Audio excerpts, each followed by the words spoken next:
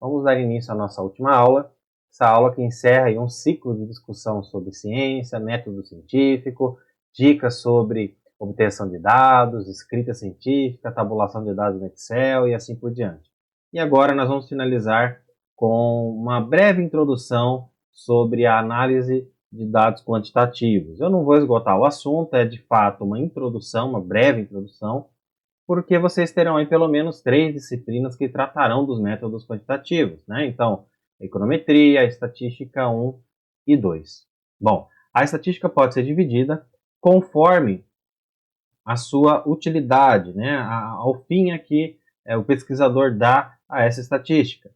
Então, no primeiro momento, nós podemos utilizar a estatística como uma descrição de dados, uma ferramenta que vai descrever os dados que você está utilizando. Nesse sentido, a estatística é chamada de estatística descritiva. Além disso, nós podemos utilizar também a estatística para testar hipóteses. Lembram-se lá do nosso teste de hipótese, do método dedutivo, hipotético dedutivo, né? Então, isso aqui vai ser essencial. Aliás, a partir desse método aqui, por esse método aqui, que nós vemos aí a contribuição da epistemologia, né, da teoria do conhecimento, sobre o método científico da economia. Depois a gente pode falar um pouquinho mais sobre isso.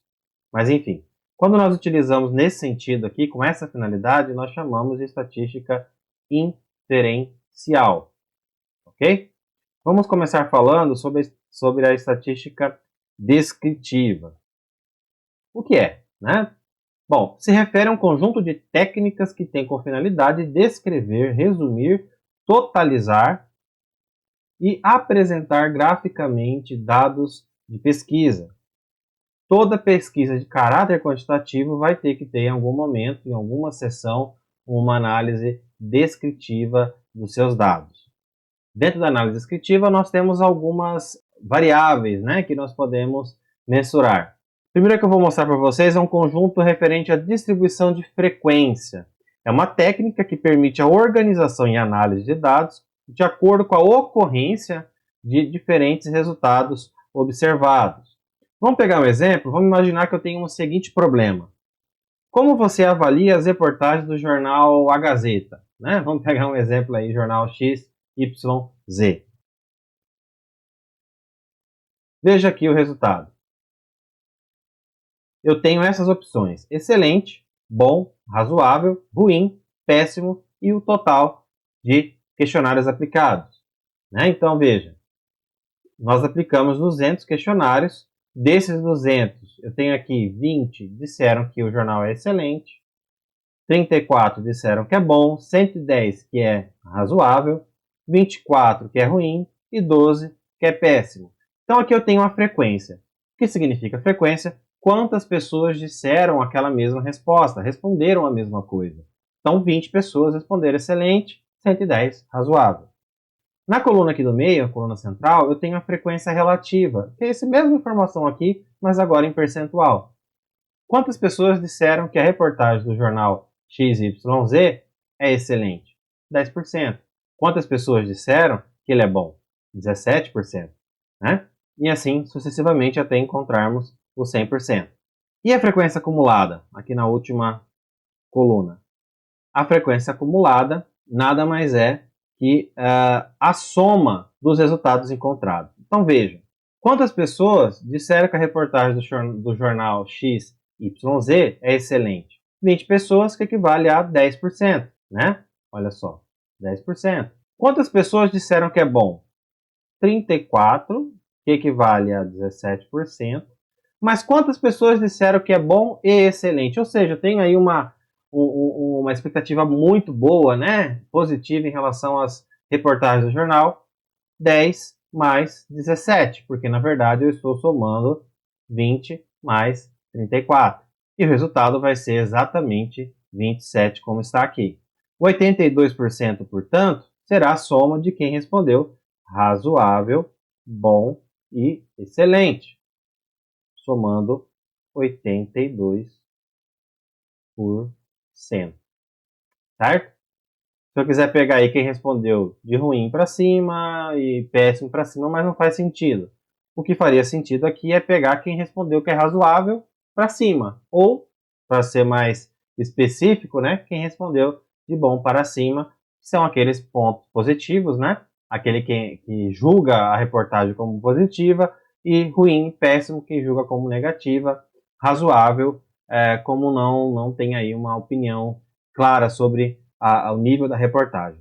Medidas de tendência central são valores típicos ou representativos em uma distribuição de dados, ou seja, são dados que se destacam frente a outros. As medidas de tendência central, na verdade, elas são formas de você tentar resumir os dados. Vamos ver isso? A primeira medida é a média. A média é conhecida porque no dia a dia nós trabalhamos com ela. Nós podemos então calcular a média da amostra e média da população. Daqui a pouquinho eu vou explicar essa diferença. A mediana nada mais é que um valor do meio de uma distribuição de dados.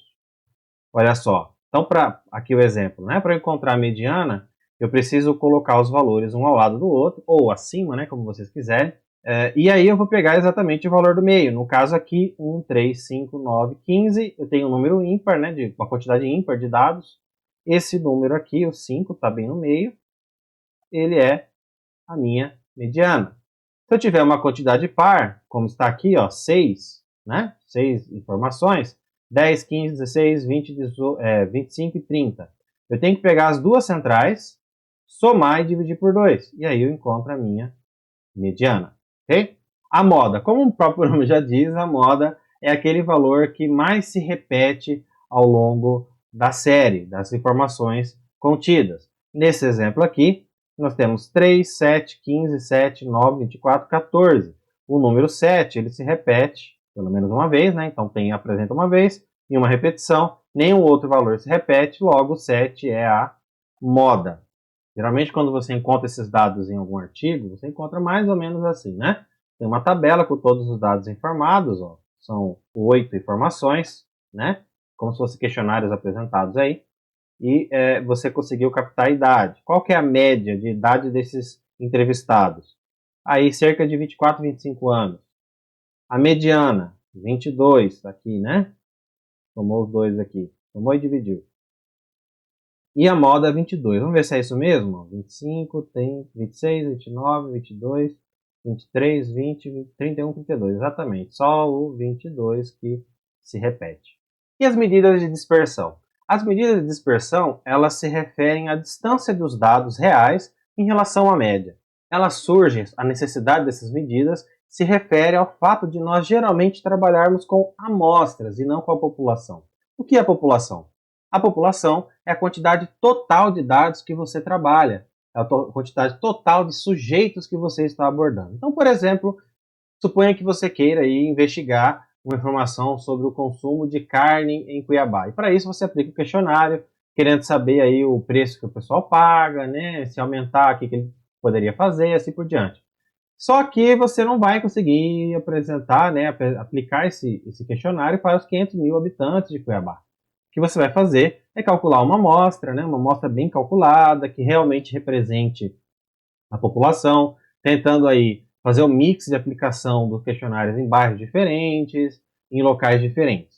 Mas veja que uma amostra não é a população total da cidade. Né? A amostra é uma quantidade reduzida de pessoas, mas que estatisticamente, vocês vão ver isso em estatística 1, estatisticamente, essa amostra representa o comportamento da população. Interessante aqui que eu peguei o exemplo da população de Cuiabá, mas o termo população, da forma como estou usando aqui, estatisticamente, ele não se refere só a habitantes, tá? A população é a quantidade total de sujeitos da sua pesquisa. Se forem animais, vai ser animais. Se forem cidades, vão ser cidades. Enfim, a quantidade total. E a amostra é aquela parte da população total, da quantidade total de informação que você precisa, de sujeitos, que você, de fato, vai aplicar seu questionário. Pegando outro exemplo, se nós fôssemos aplicar um questionário relativo ao sucesso do aluno de economia nas suas finanças pessoais. Né? Então, você tem aí, vamos supor, um universo, uma população de 400 habitantes, de 400 alunos aí da economia, da UFMT, e desses 400 alunos você poderia pegar uma amostra aí calculada com alunos de cada sala, vamos supor que essa amostra seja aí de 70 alunos, né? Sendo aí alguns alunos de uma sala, alguns de outra, para você pegar uma representação de cada realidade. Então, essas 70 alunos seria a sua amostra e os 400 seria a população, certo? Então, o que nós queremos com as medidas de dispersão é exatamente encontrar a distância que separa o dado real da média, do comportamento médio daquelas informações. É como se eu estivesse plotando no gráfico aí, XY, e nesse gráfico você tem uma tendência média de comportamento dos dados, mas você tem uma disparidade, né? Quer dizer, os dados reais estão um pouquinho acima da média, um pouquinho abaixo e assim por diante. Tá? Quanto mais próximo da média estiverem os dados, mais homogênea será a amostra, ou seja, ela terá menor dispersão de dados. Então, veja, eu pego a amostra, né? Calculo a média dela, a tendência central dela, comparo o comportamento médio com o real, eu vou saber o grau de dispersão dos dados em relação ao comportamento esperado, que é aquele comportamento que a população deve apresentar, tá bom? Esses tipos de dados, né, de medidas de dispersão, permite também que nós possamos comparar dois grupos de dados por meio do desvio padrão de sua variância. Olha só, suponha aqui que eu tenho dois grupos, né, grupo 1 e grupo 2. Os dois aí são dados relacionados à idade, sujeito A, B, C, sujeito W, X e T. Aqui idade 15, 20 e 25, 20, 20 e 20. Qual é a média? Tendência central, 20 nesse caso e 20 nesse caso. Mas será que eu posso dizer que esses dois grupos são iguais de fato? Não posso. Por quê? Quando eu pego aqui o meu desvio padrão e a variância, olha só, desvio padrão e a variância, eu vou descobrir que os grupos são diferentes porque eles apresentam dispersões diferentes. Veja que esse aqui eu só repeti os valores da idade, 20, 20 e 20. Logo, você não tem a própria média e os dados são iguais, então você não tem uma dispersão dos dados, né? E logo, o desvio padrão e a variância serão igual a zero. Já aqui nesse dado, né, da tabela do grupo 1, você tem sim uma divergência entre a quantidade os dados informados sobre idade e a média que foi calculada. Enquanto a média é 20, o sujeito A ele tem 15 anos e o sujeito C tem 25, somente o sujeito B tem 20. Então veja que isso vai resultar num desvio padrão de 4,08 e numa variância de 16,16, logo os grupos são. Uma última medida, né, para apresentar para vocês, é em relação às medidas de correlação. A correlação se refere à existência de uma ligação do comportamento entre as variáveis. Então, suponha que você tem um conjunto de variáveis preço do etanol e um conjunto de variáveis consumo do etanol. Na teoria, nós esperamos que a variável preço interfira na variável consumo, porque quanto maior o preço, menor o consumo do produto, certo? Estatisticamente, como eu comprovo isso? Uma das formas é a própria correlação, tá? Então, se eu tiver aí uma correlação, se no meu cálculo mostrar que existe uma correlação entre preço e demanda de etanol, eu estou comprovando a teoria, estou dizendo que, de fato, o aumento do preço leva a um aumento uma redução da demanda por etanol. Vamos ver isso? Na literatura, geralmente, nós pensamos da seguinte forma. Se a sua correlação for igual a zero, eu posso dizer que não existe uma correlação, né? Ela é uma correlação nula. Se estiver entre 0,01 e 0,10, muito fraca. De 0,11 a 0,30, fraca. De 0,31 a 0,59, moderada. De 0,60 a 0,80, forte. E aí para cima, muito forte. E 1 é absoluta. Detalhe sobre isso aqui. Nós podemos ter variações tanto de -1 até +1. Por quê? Eu posso ter uma correlação negativa, uma correlação inversa, que é o caso do preço e da demanda, né? Então, eu vou ter aí uma correlação inversa, uma correlação negativa. Os dados vão aqui significar a mesma coisa. Se eu tiver menos 0,98, significa que eu tenho uma correlação inversa muito forte, tá? Uma outra questão. Geralmente, quando nós trabalhamos com variáveis qualitativas, muitas variáveis qualitativas, principalmente variáveis referentes a dados sociais, é difícil você alcançar forte e quase impossível encontrar muito forte. O que geralmente é aceito é isso aqui, ó, 0,31, 0,59. Na economia, geralmente nos artigos você vai encontrar de forte para muito forte, tá? Então ali de 75, 80 para cima, tá bom? Mais comum 90, tá? Mas enfim, né? Se você for trabalhar com isso, você vai ter que se controlar, né, para ficar aqui entre forte e muito forte, ok? Vamos apresentar aqui alguns dados. Olha só, eu tenho uma tabela de mercado de combustíveis no Brasil no primeiro semestre de 2018. Eu tenho aqui os meses, 1, 2, 3, 4, 5, 6. Preço da gasolina na coluna. Tenho reais por litro, né? Consumo de gasolina em milhares de litros no mês. Consumo de álcool, milhares de litros no mês. E a Selic. E aí eu quero investigar o seguinte. Existe correlação entre preço da gasolina com o consumo da gasolina, entre preço da gasolina e consumo do álcool, entre preço da gasolina e a taxa Selic. Na teoria, eu vou dizer que isso aqui, ó, essa relação entre consumo da gasolina e o seu próprio preço, apresenta uma relação inversa. Né? Então, eu quero encontrar aqui uma correlação, né, uma medida de correlação forte, mas negativa. Entre gasolina, preço da gasolina e álcool, eu quero encontrar uma correlação até certo ponto direta, uma correlação direta, né? Positiva, forte e positiva. Por quê?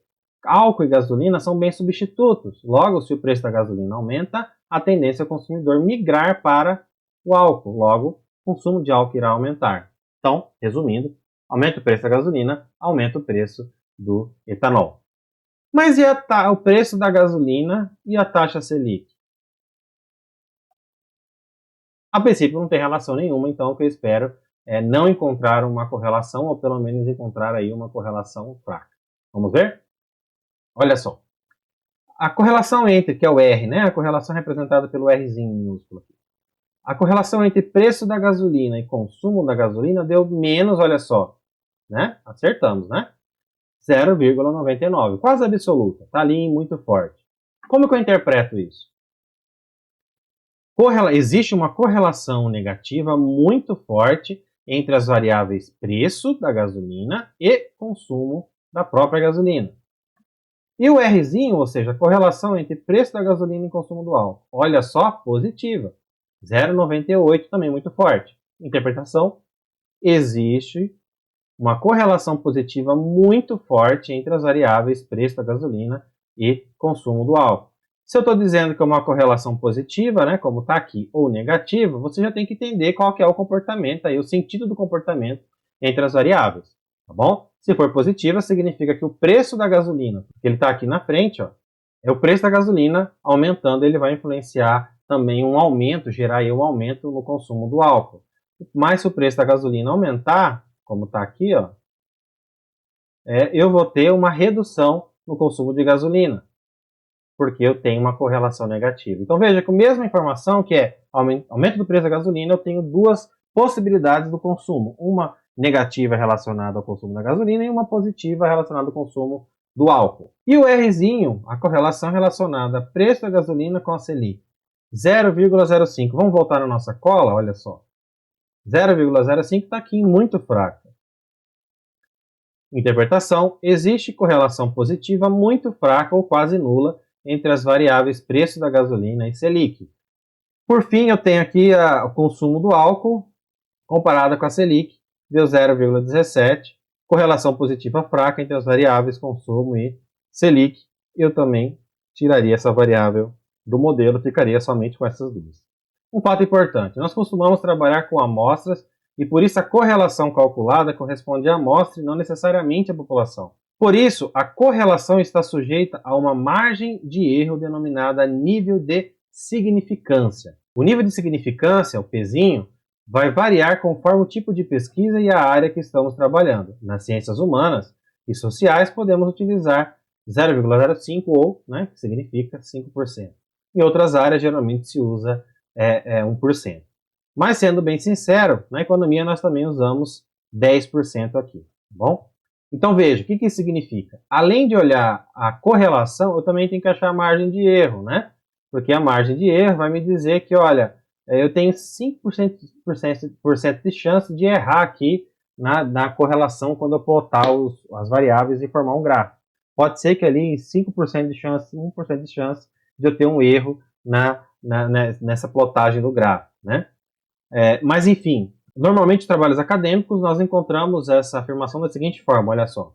Observou-se uma moderada correlação negativa entre as variáveis pesquisadas, aí você coloca entre parênteses, né, os dois valores, que conduz à conclusão, e aí você vai dizer o que pode ser concluído a partir dali, né? Nesse sentido, veja, a apresentação dos dados em gráficos é muito útil para deixar ali de mais fácil visualização para o seu leitor as variáveis, as informações que você quer passar. Então, aqui você tem esse tipo de gráfico, né? Você tem aqui distribuição normal, você tem esse outro tipo de gráfico, ó, consumo de matéria-prima, gráfico de barras, né? Gráfico em pizza. Esse tipo de dado aqui, de gráfico em linha, ele é muito utilizado para mostrar a evolução. Então, qual a evolução do crescimento econômico brasileiro ao longo dos últimos 20 anos? Você coloca nesse tipo de gráfico. Certo. Falamos sobre a estatística descritiva. Eu vou deixar um videozinho para vocês no nosso ambiente virtual de aprendizagem sobre como gerar essa estatística descritiva passo a passo a partir do Excel. Tá bom? Então acessem, aprendam e exercitem. Vamos falar agora sobre a estatística inferencial. A estatística inferencial permite que nós façamos os testes das hipóteses. Olha que interessante. Então eu vou dizer se eu vou bolar uma hipótese para o meu trabalho e a estatística inferencial vai permitir que eu chegue de fato a uma inferência, uma conclusão, dizendo se essa hipótese que eu criei ela pode ser aceita ou não, se ela é verdadeira ou falsa. Veja, então geralmente quando nós trabalhamos com a estatística inferencial, nós denominamos duas possibilidades, então aceita a hipótese ou rejeita a hipótese. E nós representamos isso na estatística dessa forma, H0 e H1. H0 significa hipótese nula e se refere à igualdade entre a média. Então eu estou dizendo que os dados que eu estou pegando, eles são iguais à própria média do comportamento da população. O H1 é a hipótese alternativa, se refere à desigualdade entre as médias. Estou dizendo que as médias entre os grupos são distintos. O que se quer saber é se a hipótese nula deve ser não rejeitada. Se ela for aceita, ok, aceitei a hipótese nula. Se ela for rejeitada, significa que eu estou aceitando a hipótese H1, que é a alternativa. Tá? Então veja que eu só tenho essas duas posições. Ou eu aceito H0 ou eu aceito H1. Tá? Um exemplo. Imagina um estudo em que se investiga a influência da inserção da matéria de pré-cálculo na disciplina de métodos quantitativos. Separamos dois grupos de alunos, um estuda pré-cálculo e outro não. Ao fim do semestre, nós vamos avaliar o resultado das médias das notas. Médias. Lembra que nós vimos sobre médias? Vejam só. Eu tenho aqui o grupo experimental, que é o grupo que teve pré-cálculo, e o grupo de controle. Por que é controle? Porque eu deixei todas as outras variáveis iguais. Não variei nada, nem o pré-cálculo. Então você tem um grupo de controle, que é o que vem acontecendo ao longo do tempo, ou seja, não a existência do pré-cálculo. E do outro lado eu tenho um grupo que eu estou fazendo um experimento e coloquei ali a disciplina, ali uma carga horária média de pré-cálculo. E agora eu quero comparar a nota entre os dois grupos para saber se houve uma diferença. Eu vou fazer isso por meio da média. Tá? Então, se eu pegar aqui, ó, média do grupo experimental 7,1 e média do mundo controle 5,5. Mas será que a dispersão entre o grupo, que uma coisa é o valor cheio, né, da média, outra coisa é a dispersão das variáveis, das informações ao longo do grupo. E é por isso que eu vou usar a estatística inferencial, olha só. A média H0 seria o seguinte, se eu aceitar H0, eu estou dizendo o seguinte, a média populacional das notas do grupo experimental é igual à média populacional das notas do grupo de controle. Se eu rejeitar H0, logo aceitar H1, eu vou dizer o seguinte: a média populacional das notas do grupo experimental não é igual à média populacional das notas do grupo de controle. Bom? Então, em outras palavras, se eu aceitar H0, olha, existe uma igualdade de médias. Então, na verdade, não fez diferença eu ter pré-cálculo ou não, porque a média das notas foi a mesma. O comportamento dos alunos foi o mesmo. Agora, se eu rejeitar H0 e aceitar H1 por tabela, o que eu estou dizendo é o seguinte: não existe uma igualdade entre as médias populacionais dos dois grupos, do experimental e do controle. E se não existe, eu posso dizer sim que a introdução da disciplina de pré-cálculo fez a diferença. Tá? Então, alguns testes podem ser utilizados para testar H0. Eu tenho teste T, teste Q quadrado, teste de mediana e assim por diante.